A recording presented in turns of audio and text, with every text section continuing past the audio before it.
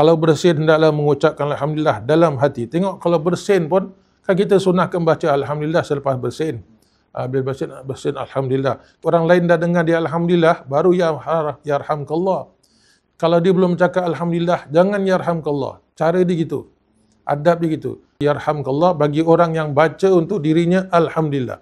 Jadi bila dia dah bersin, dia baca alhamdulillah, baru kita yarhamkallah. Dia ada sambung lagi kalau dia nak berdoakan kita, yahdikumullah dan sebagainya. Okey.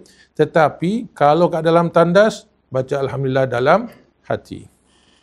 Dalam semayang macam mana? Kita tengah semayang ni, nak tunggu imam berberi salam ni, alhamdulillah, boleh. Dalam hati juga. Okey. Dalam hati juga. Cuma ulama yang lebih ramai berpendapat bagus alhamdulillah kuat-kuat bila? Lepas beri salam.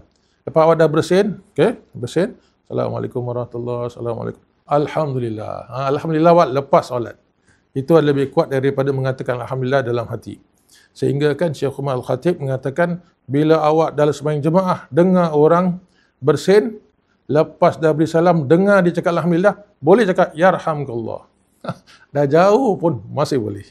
Tengok orang Islam saling mendoakan satu sama sama.